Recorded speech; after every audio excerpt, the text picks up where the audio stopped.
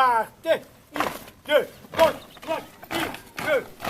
Balancez les bras.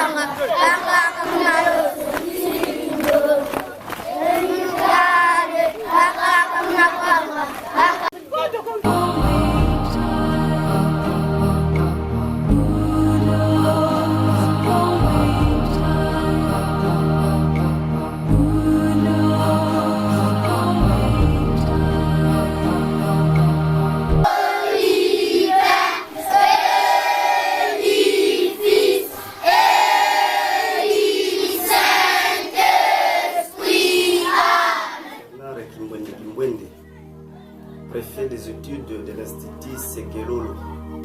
Ici nous sommes à Kizabogaf, situé de 30 km de la route nationale numéro 1. L'école est dénommée Institut Sekelolo. C'est une école non conventionnelle. Nous avons vraiment d'énormes difficultés ici à fonctionner. Premièrement, la population est tellement paysanne. Donc ici c'est l'agriculture qui prime. Et les parents ont vraiment des difficultés pour évacuer leurs produits agricoles. Et même les marchés, nous n'avons pas vraiment un marché conséquent pour faire couler tous ces produits. Et c'est pourquoi les parents ont même des difficultés pour payer les frais de scolarité de leurs enfants. Et surtout encore la grande difficulté que nous avons ici, l'école est payée bien sûr, mais un grand nombre des enseignants ne sont pas payés. Alors c'est pourquoi nous demandons au gouvernement congolais de nous appuyer, de pouvoir payer les enseignants qui travaillent et à la fin ils n'ont rien de spécial. Et encore la plus grande difficulté qu'on a ici, nous avons l'insuffisance des manuels à fonctionner. Et l'école est placée dans le projet des 145 territoires et nous attendons ce projet. Et même la craie pose problème parce qu'on est vraiment en brousse. La boîte de craie coûte 4 000, 5 000 francs. Et vraiment c'est un problème qui nous dérange. Et nous avons encore des difficultés vraiment à fonctionner, soit à faire fonctionner l'école. Même l'Exeta pose problème chez nous ici, parce qu'il faut faire déplacer les enfants à 30 km au centre d'Exeta. Je ne sais pas si nos autorités peuvent penser de nous créer un autre centre d'Exeta. Et encore, nous avons de grandes difficultés à ce qui concerne les locaux ou encore les bâtiments scolaires et que ça de classe, pardon. Malgré cela, nous organisons 8 classes. Il y a 7e A et B, 8e A et B, et nous avons l'option pédagogique.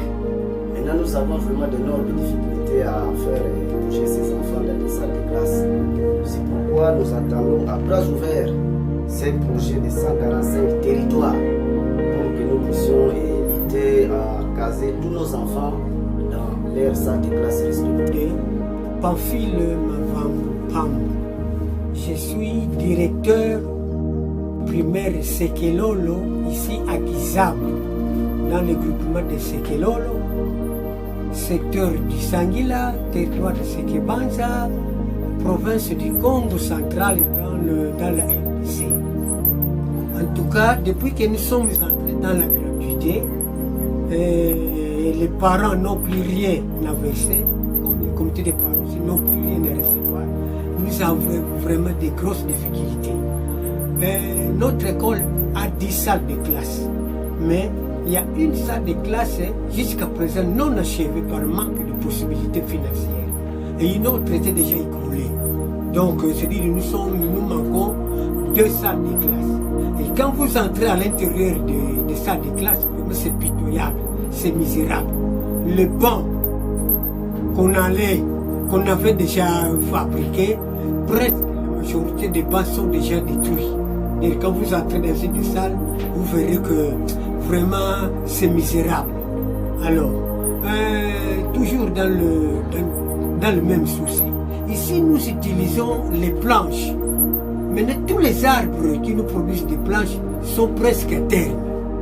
Est-ce que ne serait-il pas possible que la hiérarchie puisse songer un peu à cette école, hein, à nous mettre vraiment des briques vraiment cuites, parce qu'avec des planches, on ne saurait même pas continuer, vu la pénérité que nous avons des arbres qui peuvent nous produire ces planches. Et surtout que nous sommes dans la gratuité, où vraiment nous n'avons presque rien. Nous avons 465 élèves, 2 premières années, 2 deuxièmes, 2 troisièmes, 2 quatrièmes, une 5e et une 6e.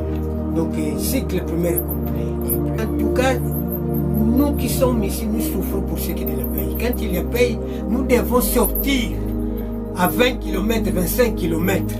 Alors il y a parfois 1-2 jours, l'école est fermée. Parce que quand les enseignants sortent, donc il n'y a pas de cours. On arrive là-bas, il n'y a pas de liquidité, il faut attendre. Donc ici à quoi? Donc nous sommes payés par la banque Finca.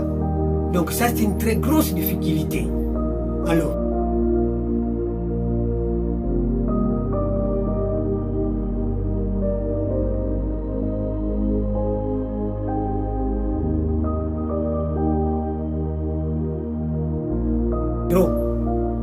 à la hiérarchie, à nos autorités, de songer par ces milieux de ce qui est vraiment bâtiment scolaire et mobilier scolaire. Vraiment, c'est affreux. C'est affreux. Donc, une école, des écoles, les complexes se trouvent dans notre propre pays, où cette école forme aussi des cadres d'avenir, des jeunes qui vont encore nous remplacer. Mais si les autorités ne songent pas cela, vraiment, il y aurait une faillite. Donc voilà mon dernier mot, que nos autorités vraiment puissent vraiment songer à ce que cette école puisse être vraiment rénovée.